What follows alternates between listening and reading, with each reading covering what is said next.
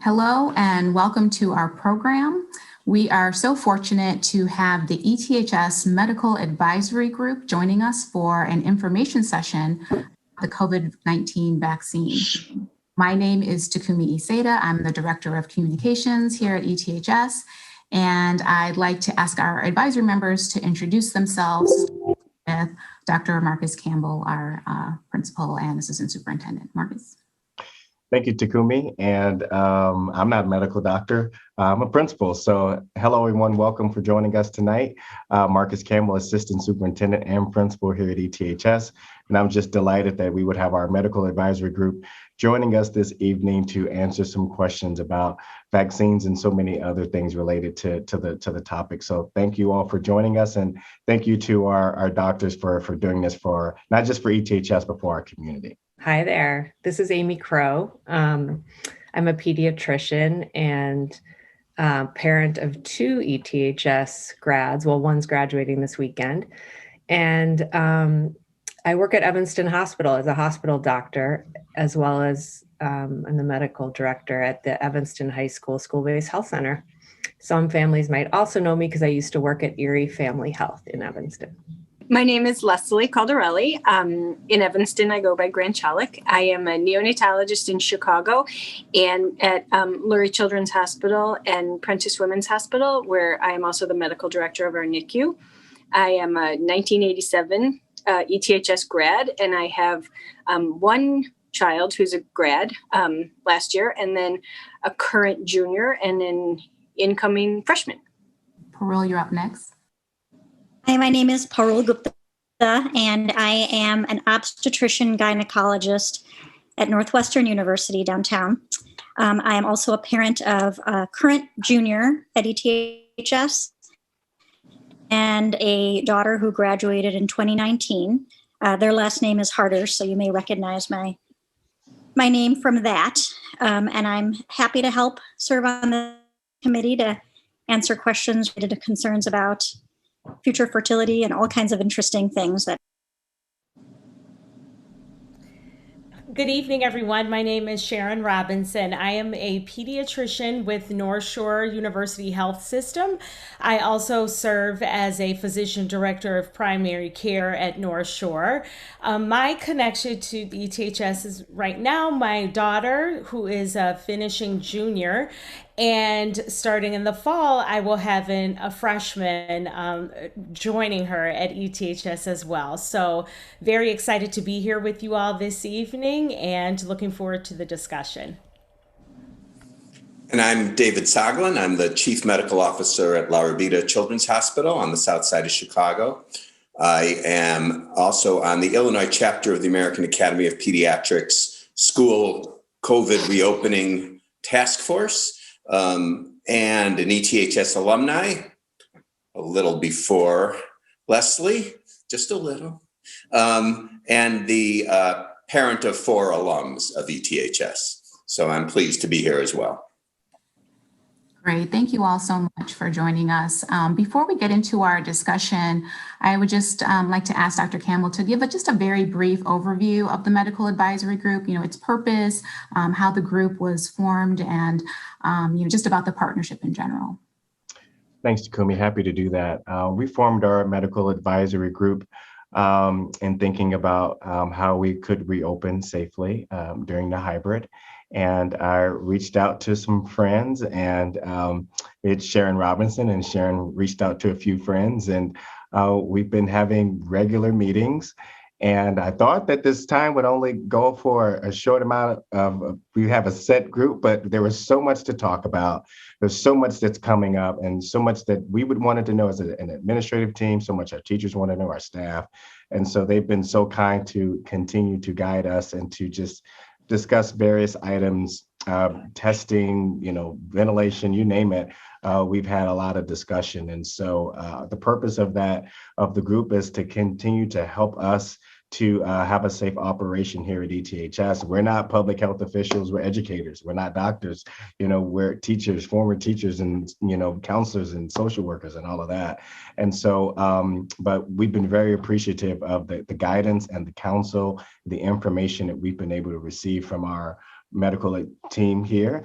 And it's been a great partnership, and looks like it's ongoing. Wonderful. Thank you so much. And, since there is a lot of work already underway as we plan for the next school year, Marcus, if you could also just recap just a little bit of the information that has been shared with families. We do send out a lot of information, so we want to just make sure that people have understanding around the context as we move into the 21-22 school year. Yeah, thank you, Takumi. We do plan to fully open in the fall. That is something that we've been sharing, and I think people continue to need to rehear that ETHS will have a full opening in the fall. Lots of rumors in town, and that means all of our students, all of our staff back here in our building. And that's important to know, but we're coming back to a different school, a school of fewer transitions. We'll be engaging a block schedule in the fall. We are eliminating semester exams, and all of these things we're doing so that we can have a more humanizing experience after coming through a pandemic and so much racial trauma as well, and so much loss. It's just been a lot of loss. And thinking and prioritizing the social emotional health of our students and our staff, having fewer transitions in the day is really advantageous and necessary, removing the stress of semester exams and going deeper in our courses and our content and classrooms, which means that all of that time during the semester exams we're giving back to instruction and all of that. And as I said, eliminating the transitions, having a 9-period day, 42 minutes, just a lot. And I've been here for 20 years, and our days have always felt very, very fast and a lot. So slowing the day down, allowing our students to experience fewer transitions and to really go deeper into the content. And it gives the teachers an opportunity to engage social emotional learning, to engage so many things in community building that really will help make students and staff feel good about being back and getting back to a new normal. So as I said, this is really about prioritizing mental health, social emotional health, and actually just good teaching too, good instruction to be able to go deeper for bigger blocks of time. And so those are the big announcements, and you'll continue to hear from us regarding how we plan to open and all of that, and our procedures regarding COVID and all of the attendance, all of the things that matter and that's really top of mind for folks. We'll continue to communicate. Awesome. Thank you so much for all of that context. I think it's really important as we move into these questions, for people to understand all of those big changes that are coming as well. So let's really just get into the basics and start with our questions. I think the first question that comes to mind is, really, how does the vaccine work? I'll be happy to kick us off. First of all, I want to just emphasize, I'm sure you all are aware, but how exciting it is that we now have a vaccine for COVID that can be used in individuals 12 and older. So this has an enormous potential for positive impact on ETHS, because that means that every student, every faculty member at ETHS will have an opportunity to be vaccinated before the fall. And so we wanted to help provide some context for all of you about what the COVID vaccine means, what that means for your child and for yourselves, so that we can all move toward a sense of normalcy again. So to start off, I promise I'll keep it very basic. I'm not going to get into the weeds about how these particular vaccines are made, but it is important to know that there are basically two kind of buckets of vaccines when it comes to COVID. There's Pfizer and Moderna, and I will spend most of the time talking about those, and particularly Pfizer, because right now that's the only vaccine that is approved for 12 and up, and in fact is the only vaccine approved under the age of 18. All of the other vaccines are for 18 and older only at this time. And then there's Johnson & Johnson, or the AstraZeneca vaccine, which are more traditional vaccines, which are what we call viral vector vaccines, where a piece of the inactivated virus goes into a different type of virus and gets injected into the body and spikes an immune response. But let's talk about the Pfizer vaccine in particular. And that vaccine is what's called a messenger RNA vaccine. Messenger RNA is a special part of our of our genes that send signals to our bodies to do certain things. They're very smart, very intelligent. And so they come into our bodies, they give our bodies a message, our bodies respond accordingly. And so this vaccine provides an messenger RNA that tells our body to produce what's called a spike protein, a special type of protein that basically is a tool to fight off COVID. So that if and when we are exposed to the actual virus, our body is ready to go. We already have the tools in place. We're ready to fight this virus off, which is why people who are vaccinated, by and large, do not get sick, or certainly are not hospitalized or do not die from COVID, because our body is prepared. I consider it a dress rehearsal. That's what I call it. When you get the vaccine, basically that's a dress rehearsal for your immune system so that you are ready to go for the big show if you come into contact with the COVID vaccine. And the one thing that I want to make very clear about the messenger RNA portion that I spoke of in this vaccine is as soon as it sends a signal, as soon as it does its job, it disintegrates. It goes away. It does not stay in our bodies at all. It's there for moments, and then it disintegrates. And we also have our own messenger RNA that runs through our bodies doing similar jobs all day long, sends signals to our bodies, and then disintegrates. So this isn't like a foreign object or anything that's going to alter your genetic code in any way. David, do you have anything to add? Anything I missed? Yeah, I mean, first of all, I love the analogy of the dress rehearsal. So I think that's great. The only thing I would add, and it's not anything that you missed, is that, as Dr. Robinson said, this is a piece of messenger RNA. It's not the virus, so you can't get COVID from the vaccine.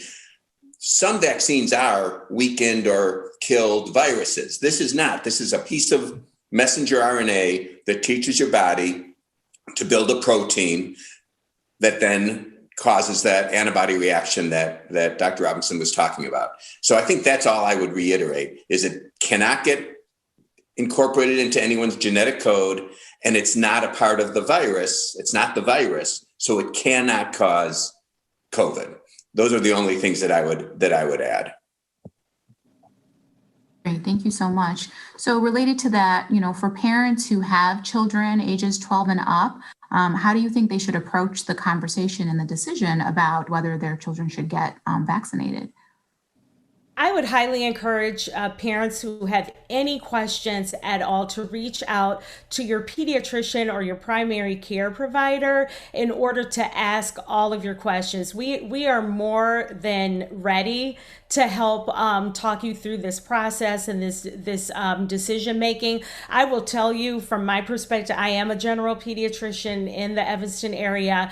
I am going to be hard pressed to not recommend this vaccine to anyone. There's, very few people who should not get the vaccine. And those are only individuals who have a life-threatening reaction to one of the components of the vaccination, which there are very few. There are not a lot of ingredients in this vaccine at all. It's a tiny population. So by and large, I highly recommend it. I do want to say that. However, I think it's important to reach out to your healthcare provider that you trust and you have a relationship with, to make sure that all your questions and concerns are addressed. Thank you, Dr. Robinson. So again, related to that, what would you say to parents who say that teens don't get as sick as adults, so they don't necessarily want to get the vaccine for their teenagers? Why would it be important for that age group in particular to get vaccinated? Well, I can think of a few reasons. One is that some do get sick. Some teenagers get very sick and some die. So it's hard to know. We are very fortunate that the numbers are low in this situation, but it's very hard to know who those kids will be. And so that's the first thing to think about. The second thing to think about is, what is our responsibility to protect each other? So you have others in your family unit that may or may not be more vulnerable than those teens to having a complicated situation with COVID, and in your friend group. So what about the babies in the house? What about the elderly in the family? What about those with pre-existing conditions in the home? And I would say the same as we approach going back to school, all of us together. What is our responsibility to each other in this situation to keep us all safe? Although it's an individual decision, the way it works is if we do it together. So yes, we are fortunate that adolescents get less sick, but yes, adolescents can play a big role in reducing the spread of the virus. Anybody else have anything they want to add to that? No. Looks like it was a very thorough answer. I think Dr. Soglin already spoke to this about you can't get the coronavirus or COVID from the vaccine. Could you elaborate a little bit more on, does it protect teens or young people as well as it protects adults? Right. So David, you go ahead. So in the studies that Pfizer did before they got the authorization to include the 12 to 15-year-olds, the Pfizer COVID vaccine was 100% effective in the 12 to 15-year-olds, meaning that they had the two groups. One got placebo, one got a saline shot. One group got a saline shot and one group got the vaccine. In the group that got the vaccine, no child got COVID. In the group that got the placebo, 18 kids out of 1,100 got COVID. So it was 100% effective. I think as we do populations, I don't think it's going to stay at 100%. But it's clearly a superb vaccine, and it's going to stay in the 90 to 95% range, just like it has for adults. And the kids actually the 12 to 15-year-olds actually had a stronger antibody response. Dr. Robinson was talking about the whole idea of the vaccine is to create antibodies. And the 12 to 15-year-olds actually had a stronger antibody response than even the 18 to 25-year-olds, let alone the older adults. So very, very effective in this age group. Thank you so much. So very common question, especially as the vaccine opportunities opened up for 12 and up. What are the side effects of the vaccine? So the side effects are basically the same as we've seen for the 16 and up. The most common side effect is a sore arm at the site of the injection. And the other common side effects are fatigue, muscle aches, sometimes some joint pain, a headache. Almost all of those happen in the first day or so after the vaccine and only last for a couple of days. They're short-lived. They're usually worse on the second vaccine than the first vaccine, but not always. And what I would say is I don't have any 12 to 15-year-olds, but I do have 4 young adults, all vaccinated. 3 of them had mild sore arms, and my 4th one, unfortunately, had a headache, some muscle aches, a little bit of a fever, and was kind of fatigued for a couple of days. She's fine now and protected. So, all good. But basically, it's the same kind of side effects you've heard about for all the adults in the past. No other side effects have been found in that younger age group. Thank you, Dr. Soglin. So that really thoroughly explains the short-term, effects of getting the vaccine. What about the future risks? People have been asking about, risks such as infertility in the future. These are more long-term concerns. I would like to throw that out to the group as well. I can answer that question. Hopefully my Wi-Fi connection is okay and you can hear me. So at this point, from the information that we have, and obviously some of this information is limited, right? We don't have long-term data on these vaccines. These mRNA vaccines have only really been looked at since last fall. But historically, vaccines do not have long-term effects on either female fertility or male fertility. And certainly there's no reason to think from the studies that have been done so far, and there's a number of studies that have already been done out of Israel, some studies out of Miami, Florida, and also a lot of ongoing studies right now that are looking at the effects of the vaccine on male fertility and on female fertility. And we have not seen any negative effects from that. There is, and this kind of speaks to what Dr. Solin was talking about, after the second dose of the vaccine, about 16% of males in the Pfizer study did show evidence of fevers. And theoretically, those fevers can cause a slight decrease in the sperm count for a very short amount of time, but that typically resolves within 2 to 3 months. So it certainly is not a long-term effect, and it's not even significant enough that any of the fertility specialists or reproductive experts have recommended delaying conception or attempts at conception for couples. So at this point, we have absolutely no concerns about that. And in the Pfizer study itself, out of, I think there were like 37,000 people that were enrolled in the study. And, unfortunately, they tried to include pregnant women because that's always an issue with limitations of studies on pregnancy. But about 20 something women did become pregnant in the study inadvertently. And there were no adverse events seen in those infants and in those pregnancies. And there's been a number of ongoing studies in those pregnancies as well, quite a few that have come out of Northwestern downtown, and we've not seen any adverse effects. So we have no concerns. And in fact, quite the opposite, in that we strongly, strongly recommend that people do get vaccinated if they're considering pregnancy, because we know it is protective to have the vaccine during a pregnancy. And as far as males go, I've had quite a few patients who have young sons express concern about future fertility for them. And there's actually more of a concern with them getting the actual COVID infection in terms of the potential for infection to their reproductive organs and the potential for infertility problems related to the actual infection, and absolutely not from the vaccine. That's very helpful information. Did anyone have anything to add to that? That sounded like a very thorough answer as well. Okay.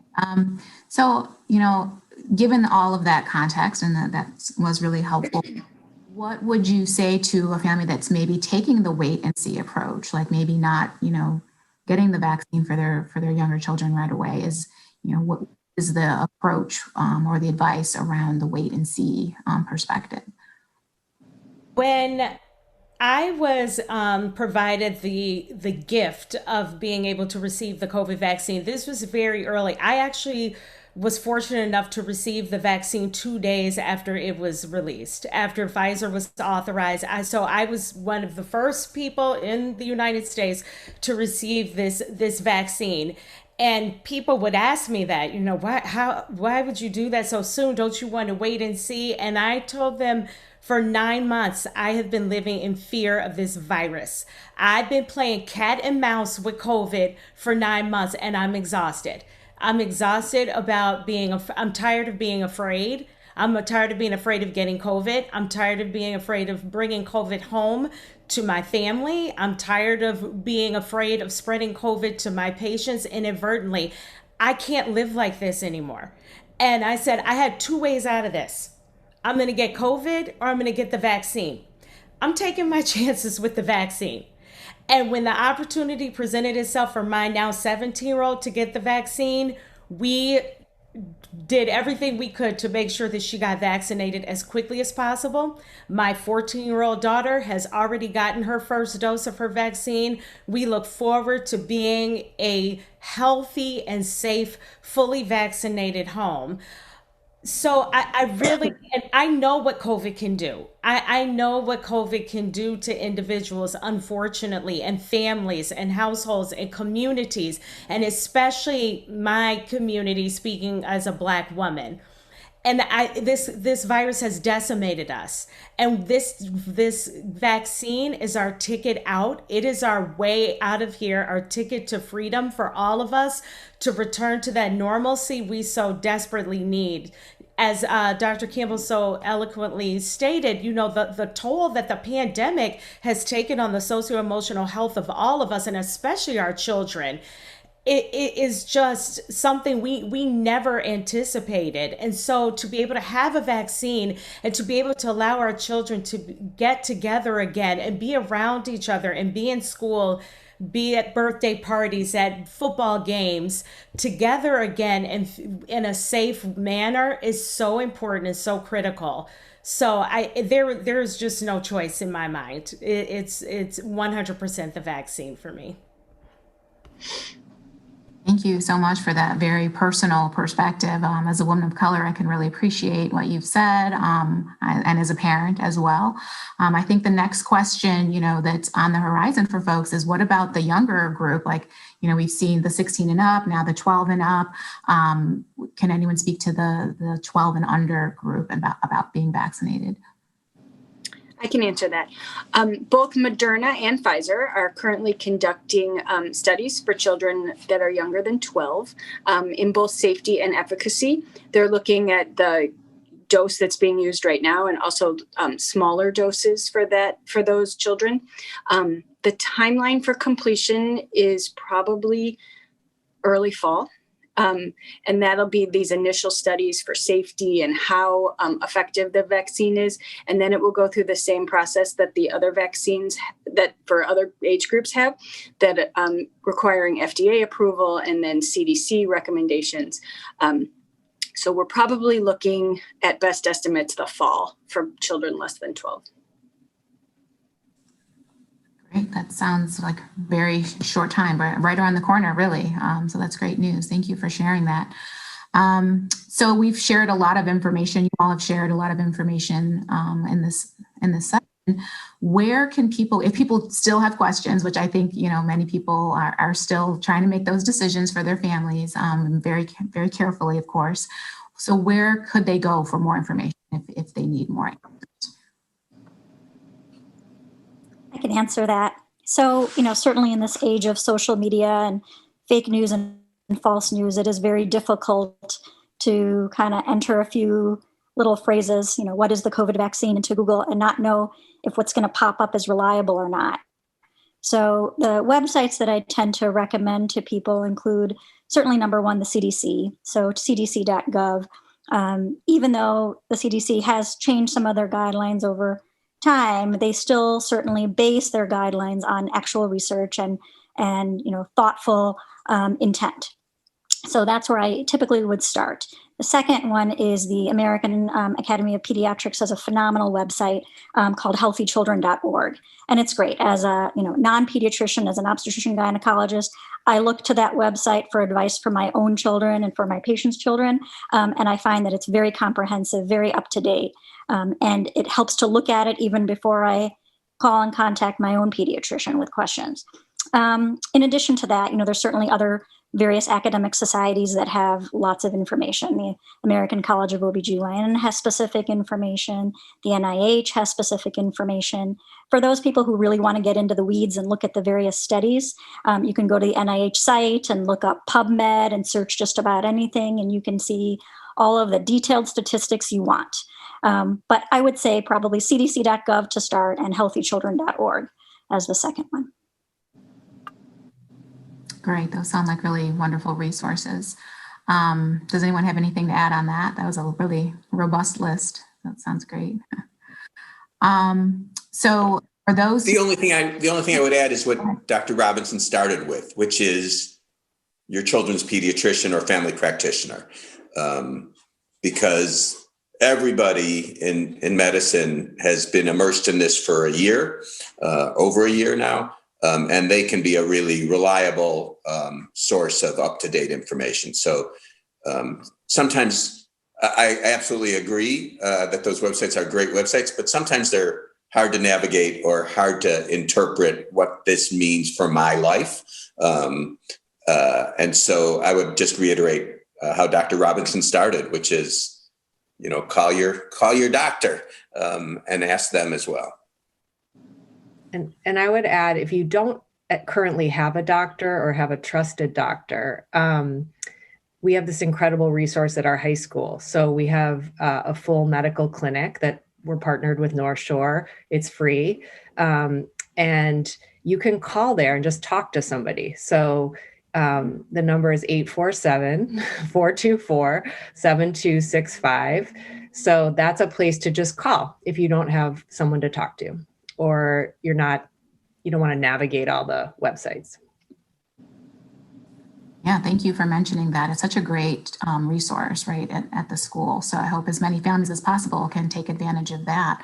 And that also leads to, where can people get the vaccine? We hear a lot, like every day, it sounds like we're hearing more and more about, get the vaccine, but it's, the convenience and the local aspect is really important. So we would like to hear about where can we get the vaccine in Evanston? Right. What's so different now compared to the last few months is that now you can get a vaccine tomorrow. So it's for your child. So it's pretty exciting. And it's a different mentality than it was before. This currently it's May 18th, 2021, and this will change every week or month, but there are two big events this weekend coming up for vaccination in the city of Evanston, and one of them is at Evanston High School. You can walk in or call North Shore and make an appointment, as well as Erie Family Health, both in Evanston, as well as Amita. So we have all three here in town ready to vaccinate your 12-year-olds and up. And then there'll be another big event coming in June, early June, at Evanston High School to vaccinate more. So look forward to that on June 2nd. Anybody else know any other good resources? I would just add that you're right, Amy. It's like night and day compared to finding a vaccine for my older daughter and now finding a vaccine for my younger one, which is great news. But Walgreens, CVS are the retail clinics. So if you live near a Walgreens, I think it was the one on maybe Main and Dodge. Actually, the other day I drove by and saw a sign, walk-in COVID vaccine appointments available. So which is very encouraging. So anywhere you can get it, honestly, that works for your schedule and your location, we encourage you to do so. They are all the same vaccine, don't worry. So whatever is most convenient for you. Great, thank you. That is very reassuring. And of course, the events that are being held at the high school, that information is being shared out to the Evanston community and to our family. So please, look for that on the website, look for that in your email. We'll continue to make sure to share that information out. It's also on the calendar, the online calendar. I really want to thank everyone for all of your expertise and your advice tonight. It's been really a pleasure to hear from all of you. And I know everyone is just so extremely busy. So thank you so much for your time. And I just want to throw it back to Dr. Campbell. Again, we're getting ready to already start summer school soon and then get into the school year. So there's never a dull moment at ETHS. Are there any closing remarks that you would like to share with our viewers? I'd just like to thank our medical advisory group for sharing their expertise tonight. Thank you to Kumi for moderating and facilitating the conversation. And we're all in this together. And I just appreciate how we've all been able to come together to get through it together. So thank you to all of you for your information that you've shared. But thank you to all of us who are joining us tonight and who will watch this in the future. Thank you for tuning in. The information is very important. Great. Thank you so much, everyone. Have a wonderful evening. Bye-bye. Okay. Thank you.